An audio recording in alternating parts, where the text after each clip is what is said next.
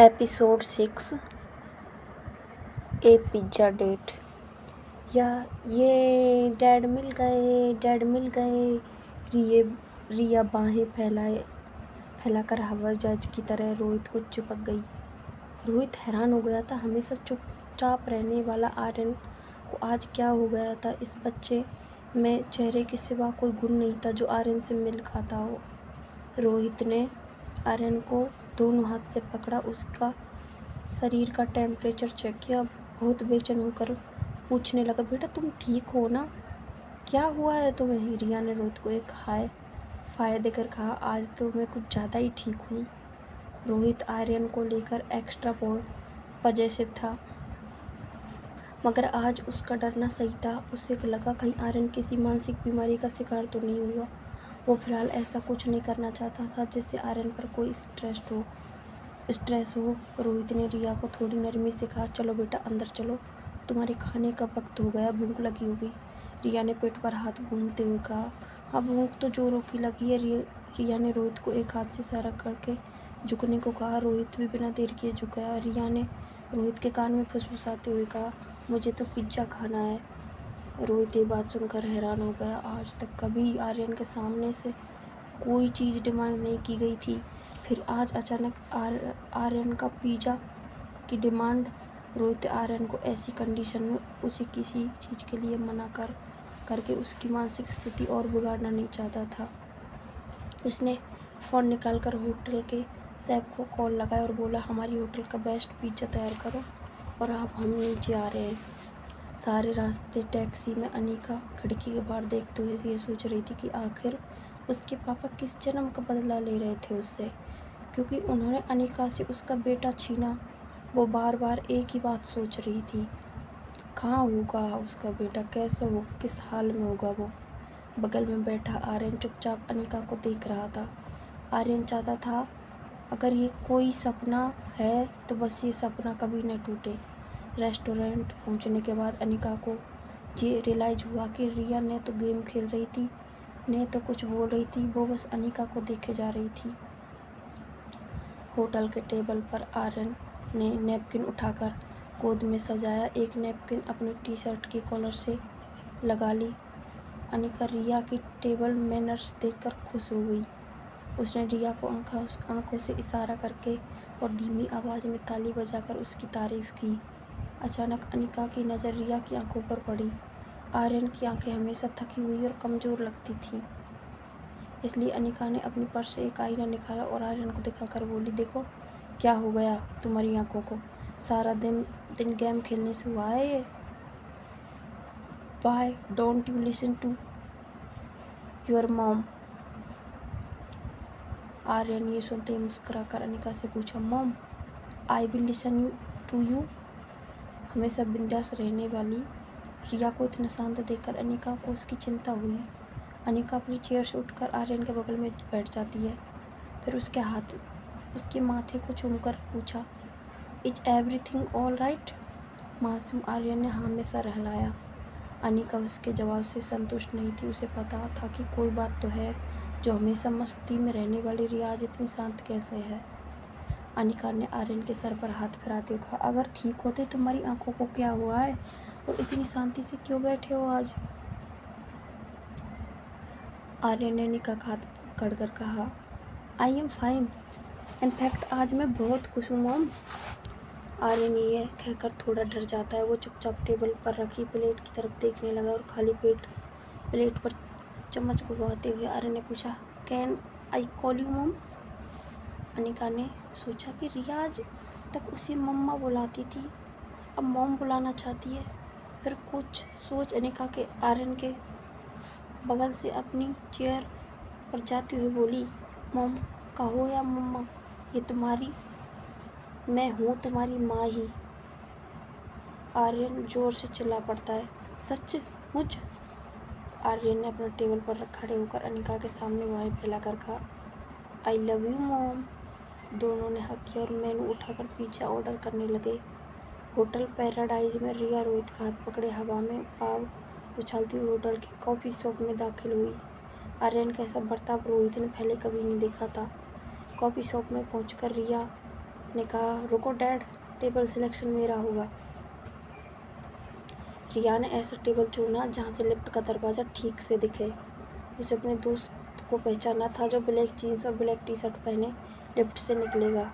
रोहित रिया की हर एक हरकत बड़े ध्यान से देख रहा था। तभी टेबल पर एक लार्ज पिज्ज़ा आया। रिया पिज्ज़ा देखकर खुश हो गई। उसने एक बड़ा सा पीस उठाया और एक बड़ा बाइट ले लिया। रोहित को ऐसे टेबल मैनर्स बिल्कुल पसंद नहीं थे। उसने आर्यन को हमेशा सिखाया था कि नैपकिन गले और गोद में लगाकर फोर्क और नाइफ से खाना चाहिए, मगर आज उसे आर्यन को बड़े प्यार से संभालना था, इसलिए वो कुछ नहीं कह रहा था। रिया मुंह में पिज्ज़ा का बड़ा टुकड़ा होने के बावजूद बोलने लगी, मम्मा ने आपको कैसे ढूंढा? रिया की बातें सुनकर रोहित का टेंशन बढ़ने लगा। रोहित कुछ बोल पाया उससे पहले रिया खुद ही आगे बोल पड़ी, चलिए ये बताइए कहाँ थे आप अब तक?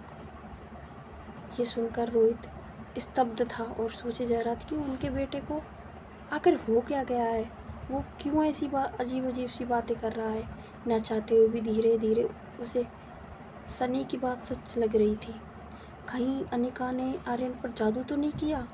मारवा ग्रुप की 22 कंपनी स्टॉक एक्सचेंज में लिस्टेड थी। मनाली में इंटरनेशनल लेवल की एक आधुनिक मल्टी स्पेशलिस्ट हॉस्पिटल थी। इतना बड़ा एम्पायर होने के बावजूद रोहित को अपनी पूरी लाइफ एक सेकंड में फीकी लगने लगी थी। सब कुछ फिजूल लगने लगा। तो उसने तय किया, चाहे कुछ भी हो जाए, वो आर्यन को अनिका के चंगुल से बचा कर रहेगा। रोहित हाथ की मुट्ठी बनाते मुंह को लगाकर कुछ सोच रहा था। रिया अब पिज्ज़ा पर से अपने फेवरेट टॉपिक्स चुन कर हाथ से निकाल कर खाने लगी। तभी उसका ध्यान सामने बैठे रोहित के मसल्स पर गया। रेगुलर एक्सरसाइज की वजह से रोहित का शरीर फिट था। फ्लैट एब्स, टोन्ड मसल्स उसके टुक्सेडो शर्ट से भी साफ नजर आ रहे थे। रिया ने रोहित के बिसेप्स देखे और अपने छोटे छोटे हाथों से उसे दबाकर कहा, वाओ, मैंने सोचा था उससे काफ़ी ज़्यादा हैंडसम और स्ट्रॉन्ग हो आप मुझे एक हाथ में पकड़कर राउंड घुमाना, बड़ा मज़ा आएगा। आर्यन की कमज़ोर मनस्थिति समझते हुए रोहित के पास उसकी बातें मानने के अलावा और कोई चारा ही नहीं था।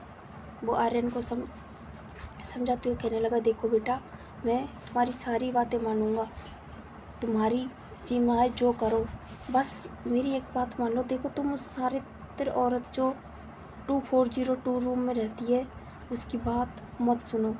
रिया ने हाथ में उठाए हुए टॉपिंग का एक बड़ा टुकड़ा ज़मीन पर फेंक दिया और वो रोहित की इस बात पर नाराज़ होकर बोली, आप ऐसे वर्ड्स कैसे यूज कर सकते हो? Don't forget she is my mamma. इतना सुनते ही रोहित हैरान होकर टेबल से उठकर रोहित से कहा, मुझे लगता है अब हमें जाना चाहिए। लगता नहीं मेरा दोस्त अब आएगा, और हाँ, मैं आपसे बात नहीं करूँगी जब तक आप मम्मा को सॉरी नहीं कहते। यह कहकर रिया लिफ्ट की ओर चलने लगी। रोहित अपना फ़ोन टैबलेट उठाकर रिया के पीछे भागा। रोहित ने देखा कि आज आर्यन की बातों में उसकी चाल में एक अलग ही कॉन्फिडेंस था। उसने हमेशा चाहा था कि आर्यन बाकी बच्चों की तरह स्ट्रॉन्ग और कॉन्फिडेंट हो, मगर इस तरह का ओवर बदलाव उसे हजम नहीं हो रहा था। लिफ्ट के पास जाकर रिया अटक गई। वो रोहित की ओर मुड़कर बोली, मुझे वॉशरूम जाना है। रोहित रिया का हाथ पकड़कर उसे लॉबी के अंत में ले जाता है। रोहित जैसे ही उसे अंदर लेके जाने लगा, रिया ने उसे रोक दिया। बेट, आप अंदर नहीं जा सकते। Don't you know that? ऐसा कहकर रिया लेडीज वॉशरूम में चली गई। ये देखकर रोहित का सर मानो घूमने लगा। वो सोच रहा था कि भले आर्यन सिर्फ 6 साल का था, उसे इतनी समझ तो थी कि मैं कौन से वॉशरूम में जाना चाहिए, लेकिन वो ये नहीं जानता था कि जैसे वो आर्यन समझ रहा, दरअसल वो रिया थी। मगर उसे आर्यन समझकर उसके बदले बर्ताव को देखकर रोहित के टेंशन के मारे पसीने छूट रहे थे। रोहित ने वहीं खड़े खड़े डॉक्टर अग्रवाल को फ़ोन मिलाया। डॉक्टर अग्रवाल मारवाड़ की मल्टी स्पेशलिटी हॉस्पिटल के डीन थे। डॉक्टर ने रोहित का फ़ोन उठा लिया और, hello Rohit, how are you?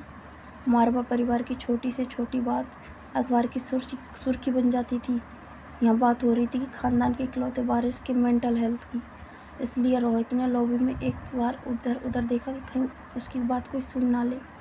और फिर रोहित ने थोड़े दूर जाकर डॉक्टर से कहा, doctor Agarwal, I think Aryan needs immediate psychological attention.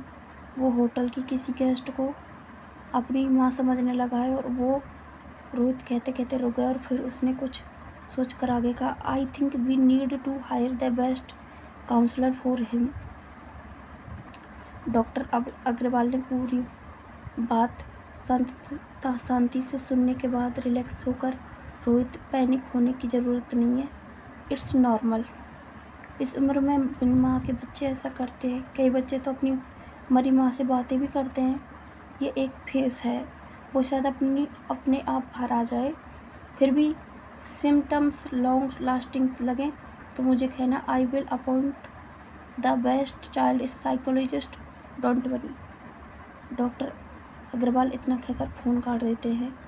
Rohit doctor से बात करते करते होटल लॉबी से रिसेप्शन तक आ गया था। ठीक उसी वक्त अनिका आर्यन को लेकर मेन एंट्रेंस से आई। रोहित का मुंह रिसेप्शन की ओर था और पीठ एंट्रेंस की तरफ। रोहित आर्यन ने पीछे से पापा को पहचान लिया। उसे पता था कि अगर पापा ने आर्यन को किसी अजनबी के साथ बाहर आता देख लिया तो उसकी खैर नहीं। इससे पहले कि रोहित उनकी तरफ मुड़ता, आर्यन अनिका के पीछे से स्टेयर केस के रास्ते ऊपर चला गया। जब रोहित मुड़ा तो उसने देखा कि अनिका आ रही थी। उसका गुस्सा अनिका के लिए 7वें आसमान पर था। वो अचानक अनिका का रास्ता रोककर खड़ा हो गया तो अनिका के मुंह से चीख निकल गई। आसपास खड़े लोग अपना काम करते हुए रोहित और अनिका को देखने लगे। रोहित किसी की भी परवाह किए बिना अनिका पर टूटा पड़ा। क्या चाहिए तुम्हें? क्यों कर रही हो ये सब ऐसा मेरे बेटे के साथ? अनिका को लग रहा था कि रिया उसके पीछे है। वो रिया के सामने कोई तमाशा नहीं चाहती थी। अनिका ने अपनी मोटी कसकर अपना गुस्सा दबाया। रोहित से बोली, देखिए मुझे लगता है आपको कोई गलतफहमी हुई है। इससे पहले कि अनिका अपने बचाव में आगे कुछ कहती, रोहित ने उसकी बात काट कर कहा, कितने पैसे चाहिए तुम्हें? तुम्हें जितना सोचा होगा उससे ज़्यादा दूंगा, बस हमसे दूर रहो। ये सुनकर अनिका ने अपना कंट्रोल खो दिया और उसने अपने हाथ से रोहित को रोकते हुए कहा, आगे कुछ मत बोलना। अनिका ने एक लंबी सांस ली और गुस्सा दबाकर बोली, देखिए आप मेरी बच्ची के सामने मुझ पर ऐसे इल्ज़ाम लगा रहे हैं जिनका कोई मतलब ही नहीं है। रोहित अनिका की बात सुनकर शॉक हो गया क्योंकि अनिका के साथ तो कोई था भी नहीं। रोहित अनिका के पीछे देखने लगा। तभी अनिका ने मुड़कर देखा। अनिका हैरान हो गई, वहाँ रिया ही नहीं थी। अनिका पैनिक होकर लॉबी में रिया को आवाज़ देने लगी, रिया रिया कहाँ हो तुम? परेशान अनिका ने पर्स से फ़ोन निकाला। रोहित समझ कर नहीं पा रहा था कि ये सब अनिका का दिखावा था या सच मुझ उसकी बच्ची खोई थी। अनिका पूरी लॉबी में रिया को ढूंढने लगी। एक हाथ से उसने रिया को फ़ोन लगाया। रिया का फ़ोन बज रहा था लेकिन वो जवाब नहीं दे रही थी। बेहद घबराई अनिका बार बार फ़ोन लगाने लगी। वही बॉस रूम में रिया वॉश बेसिन के टैप तक नहीं पहुंची रही थी। उसने बड़ी मुश्किल से अपनी एडियो की ऊंचा कर अपने हाथ धोए। उसकी जेब में फ़ोन काफ़ी देर से बज रहा था। हाथ धोने के बाद गीले हाथों से ही उसने फ़ोन रिसीव किया और फ़ोन बिना कान को लगाए बोली, मैं बाथरूम में हूँ। इतना कहकर रिया ने फ़ोन काट दिया। रिया की इतनी बात सुनकर अनिका की जान में जान आई। अपने हाथ घुटनों पर रख कर सांस लेने लगी। जैसे ही थोड़ी स्वस्थ हुई वो बाथरूम की ओर दौड़ी। वहाँ आर्यन टॉप फ्लोर पर अपने कमरे का दरवाज़ा नॉक करने लगा। कुछ देर बाद जब सनी ने दरवाज़ा खोला तो आर्यन को बाहर देखकर वो यकीन नहीं कर पाया। उसने तेज़ी से आर्यन को उठा लिया और तुरंत दरवाज़ा बंद कर दिया। उसे डर था कि कहीं रोहित ने आर्यन को कमरे के बाहर देख लिया तो आर्यन के साथ साथ उसकी भी खैर नहीं। आर्यन को डाइनिंग टेबल के ऊपर बैठाकर घबराए सनी ने पूछा, तुम बाहर कब गए? भैया ने तुम्हें देखा होगा तो तुम्हारा जो होगा सो होगा। मैं अपने मोबाइल से हाथ धो बैठूँगा। और एक बात बता दूँ, अगर मेरा मोबाइल मुझसे छिन गया तो मैं तुम्हें नहीं छोड़ूंगा। अनिका के साथ डिनर करने के बाद आर्यन काफ़ी खुश लग रहा था। उसने सनी चाचू की बातों पर हंसी आ रही थी। उसने अपने हाथों से इशारा करके सनी के पास बुलाया और सनी के कान में कहा, पापा देखिए, उससे पहले मैं निकल आया। पहले सीढ़ियों से फर्स्ट फ्लोर गया, फिर वहाँ से लिफ्ट से सीधा यहाँ। सनी और आर्यन का चेहरा बिल्कुल पास था। सनी ने वहीं से आर्यन के जैसा ही टोन निकालते हुए पूछा, मगर तुम गए कहाँ थे? आर्यन ने अपनी आंखें खींची और मुस्कुरा कर बोला, पिज्ज़ा खाने। अनिका लेडीज वॉशरूम में जाती है। वहाँ जैसे ही उसे रिया दिखी, उसने रिया को उठाकर चूम लिया और फिर थोड़ा प्यार से डांट भी दिया। उस आज पूरी शाम तुम वेल बिहेव्ड थी, होटल में आती तुम्हारी शैतानी शुरू।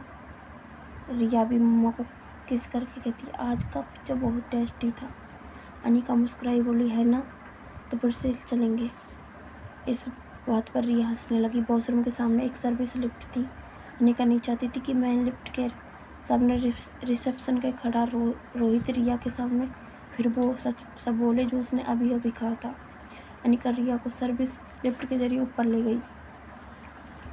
उधर स्वीट नंबर 201 में सनी ये सुनकर परेशान था कि आखिर आर्यन पिज्जा खाकर किसके साथ आया है।